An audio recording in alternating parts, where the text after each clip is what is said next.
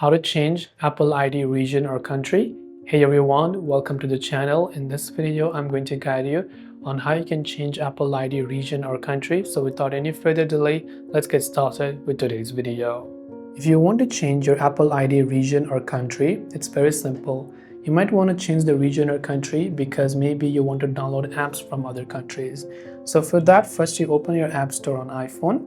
Then once you've happened to do that, tap your current Apple ID profile from the very top.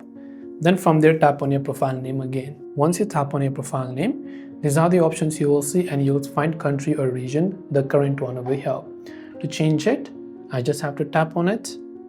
Then you can simply go ahead and then choose another country that you would like to change to. Once you've done that, tap on continue. It will ask you to agree to the terms and conditions. So tap the agree button from the top right hand side.